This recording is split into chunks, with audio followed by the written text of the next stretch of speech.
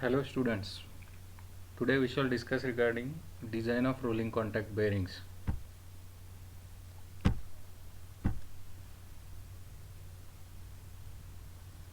So if we want to see the definition of bearings, bearing is a mechanical element that permits relative motion between two parts such as shaft and housing.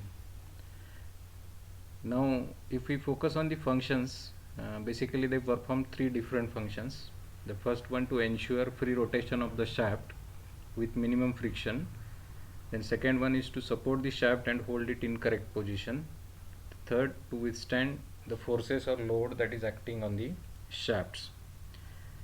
Now coming to the classification, there are different criterias, but we will be mainly focusing on these two different criterias for classification of bearings. First one is depending upon direction of force acting. We will classify the bearing into two types, radial bearings and thrust bearings. And second, depending upon the type of friction, we classify bearings as rolling contact bearings and sliding contact bearings.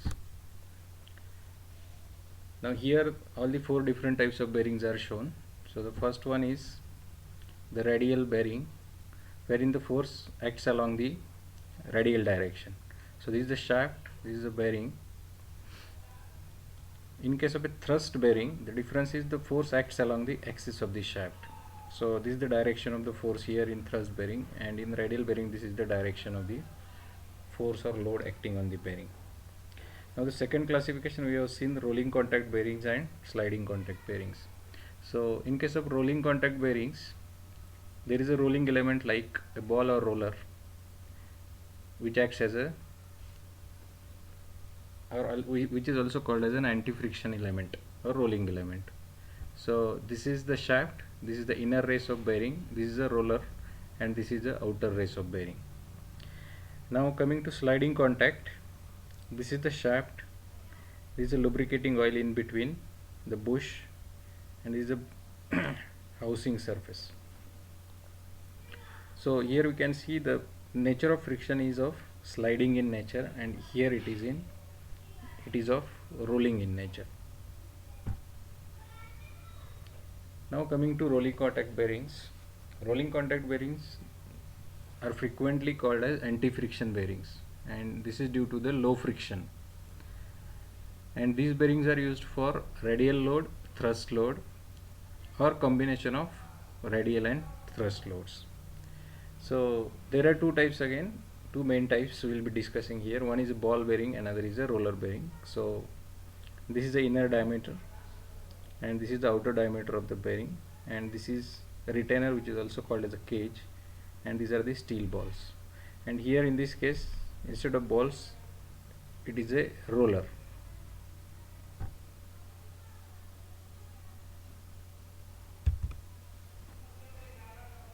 Now coming to selection of bearing type. So designing a bearing normally starts with selecting a bearing for a given application.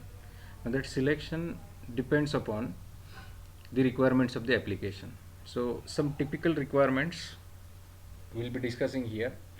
Say like low and medium radial loads are there, then we will go with ball bearings. For heavy loads we will prefer roller bearings. For medium thrust load we'll go with thrust ball bearing. For heavy thrust loads, cylindrical roller thrust bearing. Now if thrust load is acting in either directions, then there is option available double acting thrust bearing. Now in some applications there is a likely misalignment between shaft and housing. So in this case we will be going with self-aligning ball bearings. And in case of combined radial and thrust loads, we can either use deep groove ball bearing, angular contact bearing, or a spherical roller bearing. Now while designing a bearing, the important thing to be kept in mind here is before starting the design process or before starting the selection process of the bearing, we have to select a type of bearing first, and that basically depends upon the requirement of the application. So this is the important point to be remembered here. Now coming to the load carrying capacity of the bearings. So basically there are two types of load carrying capacities. One is a static load carrying capacity and another is a dynamic load carrying capacity. So today we'll be discussing only about static load carrying capacity. Now, as the name suggests, static load is defined as the load acting on the bearing when shaft is stationary. So it is as simple as that. Now, if we think when the bearing is stationary means shaft is stationary. So whatever load is acting on the shaft, the same load will be acting on the bearing, which in turn will cause some kind of deformation in either the balls or races of the bearing. So this static load carrying capacity is ultimately defined in terms of the permissible deformation that we can allow in case of balls and races. So the static load carrying capacity of bearing is defined as the static load which corresponds to a total permanent deformation of balls and races at the most heavily stressed point of contact equal to 0.001 of the ball diameter. So let us take an example. Suppose the diameter of ball is 10 millimeters. So the total permanent deformation that will be allowed at the most heavily stressed point of contact will be 0.001 millimeters. So corresponding to this deformation, what is the static load that the bearing can sustain? That load we call it as static load carrying capacity of the bearing. Now this static load carrying capacity of the bearing can be derived for a given bearing using a Strebek's equation. So a Strebek's equation gives the static load carrying capacity of the bearing. So basically we'll be having three assumptions here. First one is the races are rigid and retain their circular shape. So what ultimately we are assuming is we are only allowing the rolling elements to deform and we are not allowing the races to deform. We are assuming that they are rigid. Now second assumption is the balls are equally spaced. Suppose there are 10 number of balls, so each ball will be inclined at an angle say 36 degrees. Now the balls in upper half do not support any load, and it is quite obvious. We will be assuming that the balls in upper half of the bearing will not support any load and only the balls in the lower half of the bearing will support the load. So here two figures are shown. So here the balls are equally spaced, so the angle of inclination is say beta, so the load acting on this ball is P1, on this it is P2, on this it is P3, similarly this is P2, P3. This is the static load carrying capacity C0. So figure A shows the forces acting on the inner race through the rolling elements which supports the static load C0. Now this figure is after the deflection, that is the total permanent deformation of the balls. So the deflection at the most heavily stressed point of contact. So in the definition we have mentioned one important word, that is it is at the most heavily stressed point of contact. So out of all these point of contacts, so this is point of contact, this is point of contact, this is point of contact, this is the point which is most heavily stressed, so it is directly coming under the load. So here the deformation is delta 1, at this point it is delta 2, and so on. Now this deformation will lead displacement of this point O to O dash. So this is what the figure shows, figure B. Now what we will do, we will be considering the equilibrium forces in vertical direction. So C0 will be equal to P1 plus 2P2 cos beta plus 2P3 cos 2 beta. So it is simply just resolving the forces in vertical direction. Now as the races are rigid, only balls are deformed, that we have already discussed. Now suppose delta 1 is the deformation at the most heavily stressed ball number 1, we have already seen in the figure. Due to this deformation, the inner race is deflected with respect to the outer race through delta 1.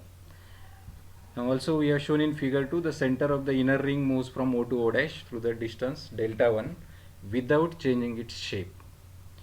Now suppose delta 1, delta 2, delta 3 are radial deflections at respective balls, then looking at the geometry, we get delta 2 is delta 1 cos beta. So delta 1 is here and this distance is delta 2, so delta 2 is, and this angle is beta, so delta 2 is delta 1 cos beta.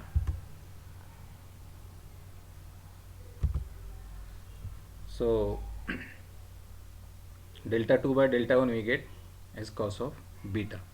Now according to Hertz equation, the relationship between the load and deflection at each ball is given by delta is proportional to p raised to 2 by 3. Therefore we can write delta 1 equal to c1 into say p1 raised to 2 by 3. Similarly delta 2, again this constant c1, p2 raised to 2 by 3. If we take this ratio delta 2 by delta 1, we get p2 by p1 raised to 2 by 3.